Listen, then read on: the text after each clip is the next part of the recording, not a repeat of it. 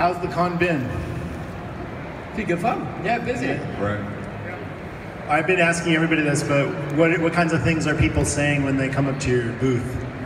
Are you the Night King? It's sort of number one I seem to be getting. Are you Bran? Am I in season 8? We can't answer any of that, obviously. But Yeah. it's kind of awkward. What do you think of all these crazy theories like that? I mean, it's fun. It's cool to be in a show where people are so invested in it that they really care and want to come up with ideas that are you know, out there or wacky. But yeah, it's funny because usually we have sort of this golden period in between where the last season has come out and before we have the scripts for the new season, where you can't spoil it. You know, you could look at all these things and theorize with people and talk about what you think might happen, but we can't do that now because we know what happens. Yeah, it's tricky. Would you say you're a fan, Isaac? I mean, do you watch every episode? Definitely. I don't think there's really anyone on Game of Thrones who isn't also a fan of the show. The thing is, we're not part of something where it's like, oh, this is just another job or something like that. It is really a very unique, extraordinary television program, and everyone who's involved in the show, you know, loves it, love talking about it, and you know, yeah, theorizing. You were so young when it started, and it's such a complicated, sprawling, and grown-up thing. I'm wondering if your relationship with the show changed much as you grew older. Well, I mean, as a fan, as a fan, well, to begin with, I wasn't actually able to watch all of it. I got the sort of filtered version, but it was kind of a baptism of fire. My very first, you know, episode, I'm witnessing incest and attempted murder. And full murder with the beheading. Did you know what you were witnessing at the time? Yeah, no, you do. I mean, the violence actually really wasn't a problem because when you're on set, you see that it's all made up. You know, you see the decapitated heads. You're like, oh, that's cool. I remember the sex. Oh, I didn't obviously see the sex scene. I was like, it was shot in such a way that I wasn't seeing what was going on. But that just ended. When that actually came out on the screen, it just meant that my mum was giving me really long, embarrassing lectures about how this is not normal sex, darling. That's hilarious. I want to take this opportunity, since we have a Night King here, they're so mysterious, and I wonder, playing the Night King, did you need to understand his internal life? I had to make one up, yeah. You know, that made sense to me, some logical sense. I mean, it was given such little information when I started that, I mean, I don't even think I didn't have a name even when I started. It was just, I didn't even know what they called me. What did it say in the script? I can't remember. It did, the actual name, the Night King, didn't even come out until season 5. I think there was I was in season 4, and there was they accidentally put the Night King on something that came out, and then they erased it very quickly. So they hadn't even given me my name officially. So I had to create a whole history and then kind of tweak it as I went along, as I learned more and more. Yeah, so what kinds of things were you creating for yourself? You can't say. It's okay, it's okay. There's all kinds of things, some of which, you know, I think are correct, and some I was like, oh, I'll tweak that, but yeah. Okay. Otherwise it'll go, so suddenly it'll be on the internet, oh, this is what's in. Very good. If I remember right, the first scene with the Night King was when he had the Craster baby, is that right? Correct. Yeah, and that was you, right? It was. So how was that to film? How many takes?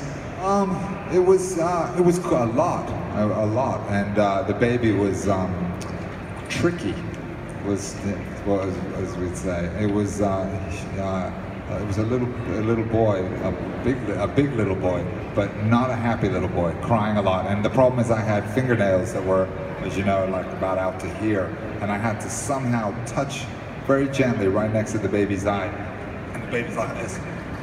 So I'm literally shitting myself thinking I'm going to blind a baby on my first day on Game of Thrones. Like that, but luckily it worked.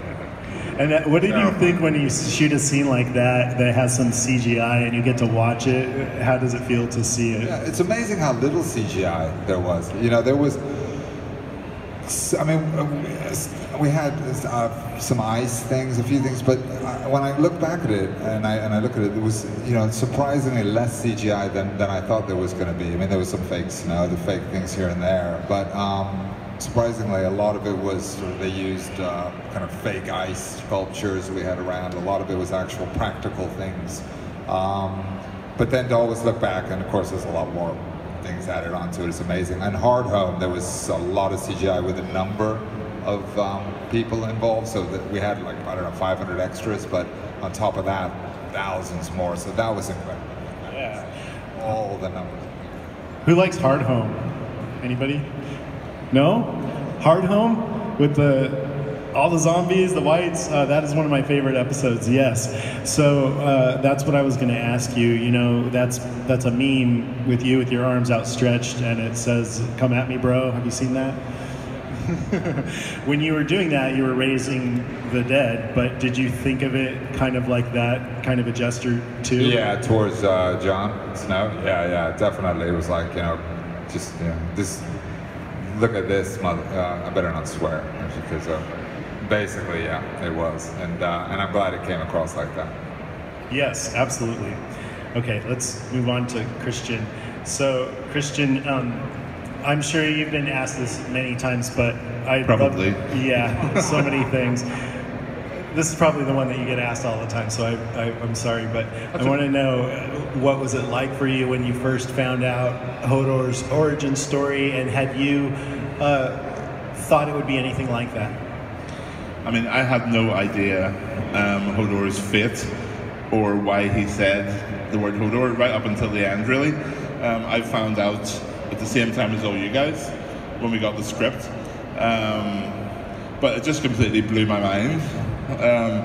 I was pleased. I loved the character Hodor. I sort of fell in love with him after a few years, and I was just pleased that he got such a satisfying ending, and he got to play such an important part in the storyline.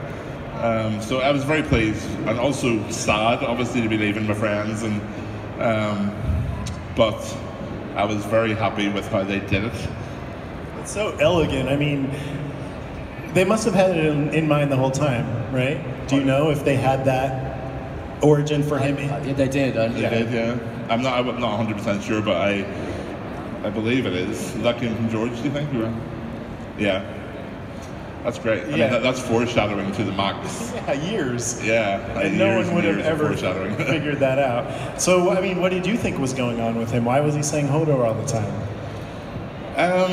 Well, I had a couple of theories, but most of which I stole from the internet, from you guys. That he was one of the lost Clegane brothers. Because you've got like Sandor, Hodor, Gregor, and the mountains, like he's a bit of a shit, and he was cruel to the other guy, and he could have bashed his head in. Who knows? It was a theory. Anyway, but yeah, that was the one I sort of subscribed to most, but I was completely wrong, clearly. I like it. So, between the two of you, how would you describe what happened there?